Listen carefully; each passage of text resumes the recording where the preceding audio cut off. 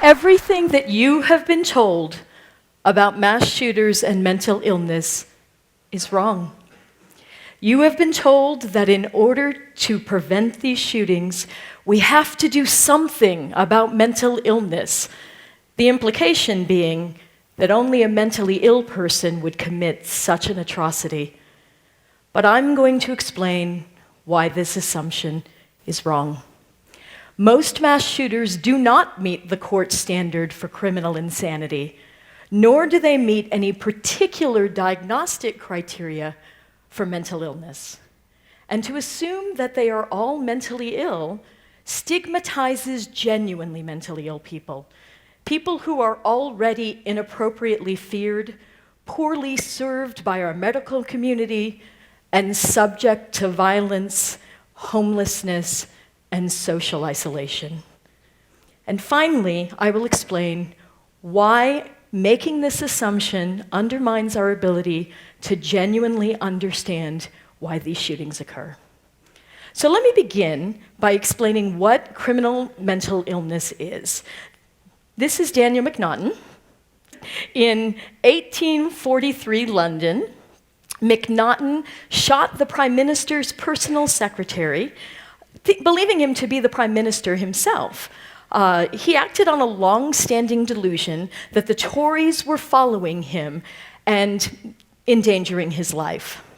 England, like the United States, believes that in order to be truly guilty of a crime, you have to autonomously choose to commit it, hence the standard that carries Macnaghten's name.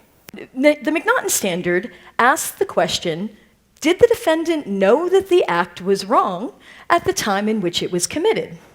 And if the answer to that question is no, then they cannot be held criminally responsible. Not every state in the United States has a version of the insanity defense, but those that do use some version of this standard. Some additionally recognize that knowledge of wrongfulness itself is not sufficient, that one can know that something is wrong, but be so out of touch with reality that they are not able to control their behavior. Let me be clear. Most of the shooters that you have heard about on the news, those with household names like Eric Harris, Chris Harper Mercer, James Holmes, or Dylan Roof, were not compelled by mental illness to open fire in a classroom, a movie theater, a church, or a parking lot. These men were not out of touch with reality. They knew what they were doing, they made a choice to act, and they could have made a different decision. The Macnaghten rule is rigorous. It is only claimed in approximately 1% of all criminal trials, and it's only successful about 25% of the time. This is to say that our courts rarely find it to be the case that people commit terrible acts because they're mentally ill. And frankly, we don't believe that either. We don't automatically assume that people who beat their children or kill their neighbors or commit armed robberies do so because they are mentally ill. For example, nobody believes that this man, his name is Bernie Madoff, acted as he did, which is bankrupting elderly people and children's charities, literally taking money away from kids with cancer because he was unable to control his actions. Mass shooters are in this situation. They are able to control their actions. And when pundits and politicians insist that when it comes to a mass shooting, they must be caused by mental illness, what it does is stigmatizes mentally ill people.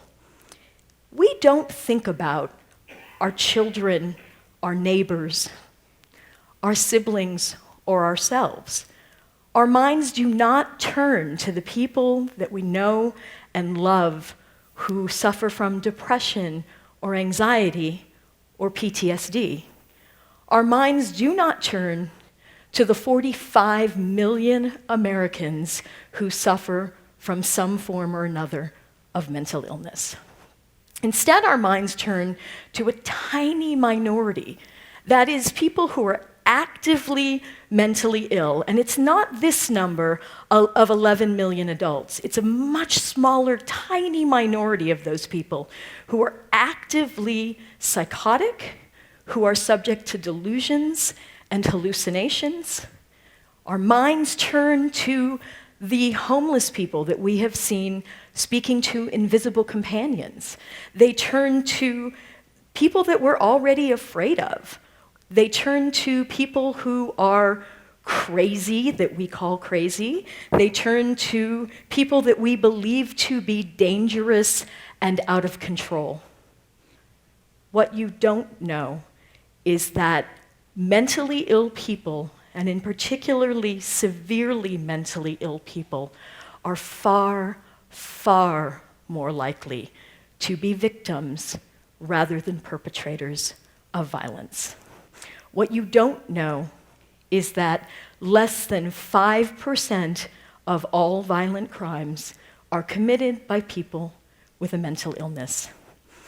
You don't know that most mentally ill people are not violent, and most violence is not committed by persons with a mental illness. Most mass shooters plan their crimes far in advance. Eric Harris and Dylan Klebold meticulously planned the Columbine massacre for a full year before committing it. Chris Harper Mercer posted his intentions and sought advice from a community on social media about how best to carry out his attack, in which he killed 9 of his classmates in an Oregon community college. Dylan Roof, the Charleston church shooter, also posted his intentions and sought advice from his community of white supremacists. If we want to get at the problem of mass shootings, we need to stop blaming them on people with mental illnesses and ask harder, deeper questions about our conceptions of masculinity and entitlement, about these young men who act as pseudo commandos. And that is, as people who kill in public during the day. They come armed with an arsenal of weapons and ammunition. They brag about what they're intending to do, and they want to kill as many people as possible. Pseudo commandos are not driven by mental illness.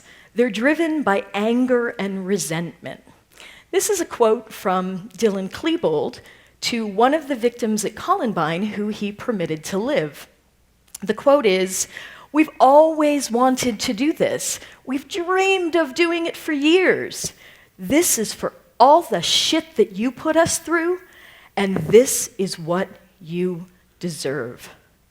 That is not someone speaking from mental illness. That is someone speaking from anger and resentment. There's even a community of sorts that sprung up on the internet to support those who feel aggrieved and entitled, who feel as though they are not getting what they deserve from society in general and from women in particular. And I so wanted to introduce you to their mascot. They have their own mascot. His name is Pepe the Frog, and Pepe dresses up in different outfits and carries a gun. The Beta Rebellion, Betas consider themselves a revolutionary alliance of men who are not found attractive by women. A number of mass shooters, of recent mass shooters, Chris Harper Mercer being among them, another shooter, Elliot Rogers, the Ista Vista killer, consulted a website called 4chan. They considered themselves betas, and they posted their intentions in advance to get advice from other betas. For example, Chris Harper Mercer, an anonymous poster, gave him this advice. I suggest that you enter a classroom and that you put everyone in a corner and tell them that you're going to hold them hostage, and then you open fire on them. That is not a person who is mentally ill or driven by a hallucination or a delusion. That is a person who collected a community of support. So I'm going to end with a message worth hearing, and that is that blaming mentally ill people for mass shootings is very comforting. It allows us to believe that they are not like us, that they are not normal, even though we know that normal people are the ones who commit 95% of all violent acts.